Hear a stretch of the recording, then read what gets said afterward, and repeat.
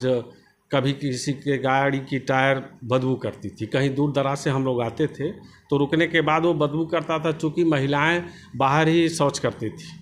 और आज वो गाड़ी का टायर बदबू नहीं करता है, इसलिए कि उसका असर है जो माननीय नरेंद्र मोदी जी का स्वच्छता अभियान है। मुझे लगता है ये गाड़ी की टायर जो बदबू नहीं दे रही है उन्हीं के तहत। नमस्कार, आप देख रहे हैं अंबाला समाचार। मैं हूं आपके साथ भीम दुबे। अभी हम लोग मौजूद हैं गोरखपुर के दक्षिणांचल में बांसगांव नगर पंचायत क्षेत्र में।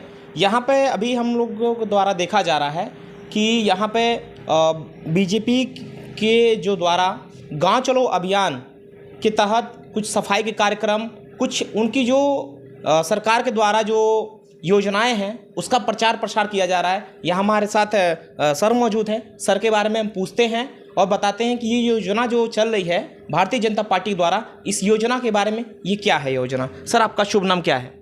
अजय सिंह जी। ये जो सर योजना चल रही है गांव चलो अभियान, भारतीय जनता पार्टी के द्वारा जो ये अभियान चल रहा है, इसके विषय में सर आप बताएं। ये आदरणीय नरेंद्र मोदी जी का जो विज़न है गांव चलो अभियान का, जिसके तहत हम लोगों को जिम्मेदारी मिली, हम सभी कार्यकर्ताओं को, तो उसके तहत हमें मिला वार्ड नंबर 5 बांसगांव नगर पंचायत का, तो जिसमें हमने सफाई अभियान और दरवाजे डोर टू डोर जा कर के घरों पे लोगों के जाके बीच में उनकी योजनाओं के बारे में समझाना है, बताना है। क्योंकि ग्रामीण क्षेत्र की महिलाएं कुछ पढ़ी लिखी नहीं है, जिनको योजनाओं के बारे में नहीं पता है, तो आदरणीय नरेंद्र मोदी जी का ये विज़न है कि कार्यकर्ता के द्वारा जा कर के डोर टू डोर हम लोग सुबह से ये कार्यक्रम को कर रहे हैं और अपने माताओं बहनों के और भाइयों के बीच में जा कर के अपनी मोदी जी के कार्यक्रम के जो रूपरेखा उसको रख रहे हैं। सर, जैसा देखा जाता है ग्रामीण क्षेत्रों में साक्षरता जो है लोगों में कम है, कम पढ़े लिखे लोग हैं, और जो योजनाएं कुछ डिजिटल तरीके से आती है, डिजिटल योजना हो गया, कुछ प्रधानमंत्री द्वारा जन खाता योजना हो गया, तो लोगों को पता नहीं होता, जिसकी वजह से उनको लाभ से वो वंचित हो जाते हैं। उसके विषय में आप क्या कहेंगे?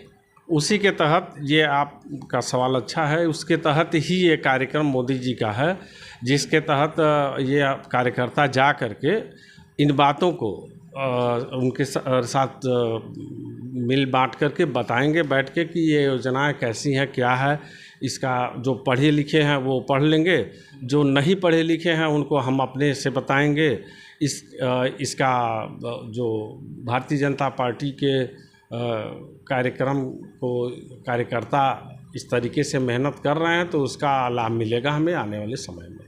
जी, जैसा कि ये योजना जो है कहीं ना कहीं सरकार योजनाओं को लागू तो कर देती है, लेकिन ग्रामीण क्षेत्रों पे उसका लाभ लोगों को नहीं मिल पाता है। तो ये योजनाओं को जो इन भारतीय जनता पार्टी के कार्यकर्ताओं द्वारा, जैसा सर ने बताया है, तो लोगों से जाकर स्वयं मिला जा रहा है, उनकी योजनाओं को बताया जा रहा है ताकि वो लाभ से वंचित ना रहें। और हमारे साथ एक अन्य सर भी हैं, उनसे पूछते हैं। सर, इस विषय में क्या आप कहना चाहते हैं? नमस्ते, मैं अविनेश सिंह मनु, मंडल मंत्री भाजपा बांसगांव। देखिए, ये एक माननीय मोदी जी और योगी जी द्वारा चलाए जा रहे बहुत ही अच्छा ये योजना है, जिससे हम लोगों को, चाहे पार्टी के जो भी कार्यकर्ता पदाधिकारी हैं, डोर टू डोर जाना है, गांव में जाना है, उनकी समस्याओं को सुनना है, उनके निस्तारण कैसे किया जाए इसके बारे में उनको संतुष्ट करना है।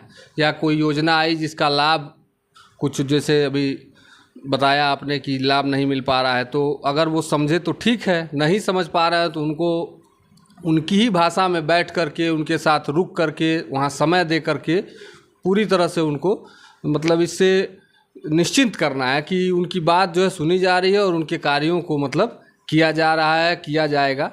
तो यही गांव चलो अभियान और सरकारी योजना, जैसे राज्य सरकार, केंद्र सरकार द्वारा जो योजनाएं आ रही हैं, फिर जैसे इससे कार्यकर्ता भी सक्रिय होंगे, और जो लोग नए भारतीय जनता पार्टी में जुड़ना चाहते हैं वो भी लोग इससे थोड़ा सा उन लोगों में उत्सुकता बढ़ेगी, जाने से परिचय होगा, बात होता है। तो यही कार्यक्रम चल रहा है, बहुत ही अच्छा कार्यक्रम है ये। सर, देखा जाता है गांव में कुछ समस्याएं ऐसी भी होती है जो कि कुछ लोग होते हैं वो तहसीलों के चक्कर काटते हैं, उनकी जो ज़रूरतें होती हैं वो पूरी नहीं होती है।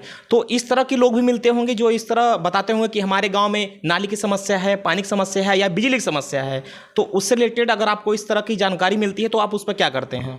जी, अगर इस तरह की किसी प्रकार की भी समस्या से अवगत कोई करा रहा है तो उनकी बातों को उस पर विचार करके ऊपर की तरफ माननीय विधायक जी, सांसद जी, मंत्री जी, माननीय मुख्यमंत्री जी तक इस चीज़ों को हम लोग पहुंचाने का कार्य करते हैं, ताकि किसी को भी किसी प्रकार की समस्या ना हो और उस पर उचित कार्रवाई और निर्णय लिया जाए। जैसा कि सर देखा जा रहा है कि आप इस कार्यक्रम को ग्रामीण क्षेत्रों में ले जा रहे हैं, तो इससे कहाँ तक सफलता नज़र आ रही है और कितने निवारण है इसके, ये बताइए आप। इसमें तो बहुत ही अच्छी सफलता देखने को मिल रही है।